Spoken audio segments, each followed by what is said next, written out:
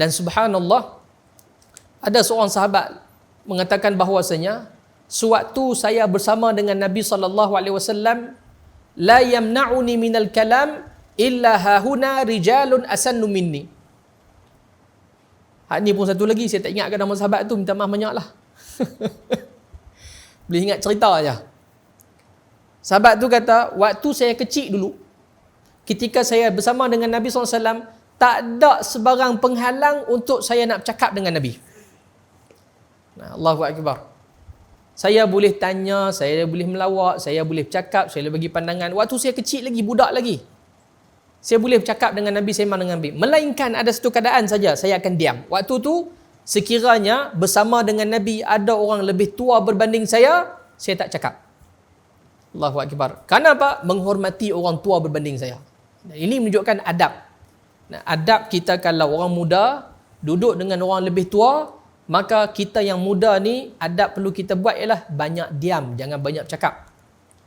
Al-Imam Syekh Abdul Fattah Abu Ghuddah rahimahullah ta'ala sebut dalam kitab beliau tentang adab ni, kata beliau, wa idza kunta saghiral qaumi, sekiranya kamu itu orang yang paling muda di kalangan hak ramai kamu duduk tu, fala tatakallam, ay fala tatahaddath, jangan kamu cakap, diam.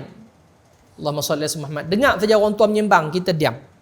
Tapi kalau kata nak cakap juga boleh dengan dua sebab. Illa idza su'ilta, sekiranya kamu ditanya soalan baru kamu jawab.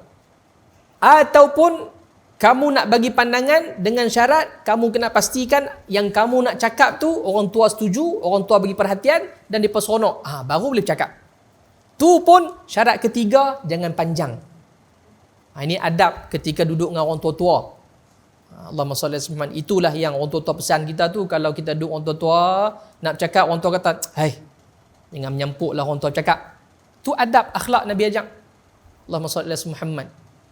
Jadi subhanallah, daripada sini kata Al-Imam Sayyidin Nas, di antara akhlak Nabi SAW ialah semua akan puas hati bila duduk dalam majlis Nabi SAW. Semua akan diberi perhatian oleh Nabi SAW. Tak ada siapa pun yang balik dari majlis Nabi kecewa. Bahkan semua yang main majlis Nabi balik tu lapang dada, seronok. Allahu Akbar. Kalau kita contohlah kan, Allahumma salli ala Muhammad, ada majlis besar, masjid panggil seorang tok guru alim besar, kita pun teringin nak salam. Allahu Akbar. Ada yang awak main usung anak nak tahnik, nak doa sebagainya, berasak-rasak lah nak pi.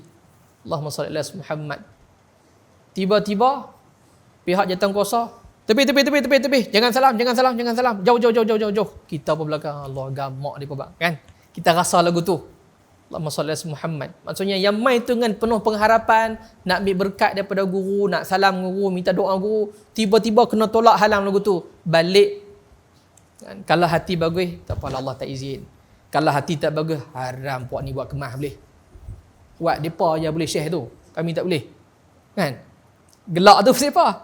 Dia bisa jumpa dah kot. Allahu Akbar. Sebab tu kita hak nak main salam tu kena faham jugalah. Kalau main 1000 orang, semua nak salam dengan Syekh tu pakai lembek. Allahu Akbar. Dan pihak jawatankuasa pula jangan tak bagi langsung. Allahumma salli ala Muhammad. Habang elok-elok, tuan-tuan, kau nak salam boleh, tolong jaga adab, jangan berasak-rasak sampai menyusahkan guru, hilang berkat. Peringat. Tapi jangan nampak. Dah macam rusuhan. Allahu Akbar. Baik, maknanya apa? Kalau majlis macam tu, ada di kalangan hadirin yang akan rasa hampa, rasa yalah balik dengan kosong macam tu bila hadir majlis macam tu. Tapi subhanallah, para sahabat hadir dalam majlis Nabi, tak pernah di kalangan mereka yang balik dalam keadaan hampa. Semua diberi perhatian oleh Nabi sallallahu alaihi wa alihi wasallam.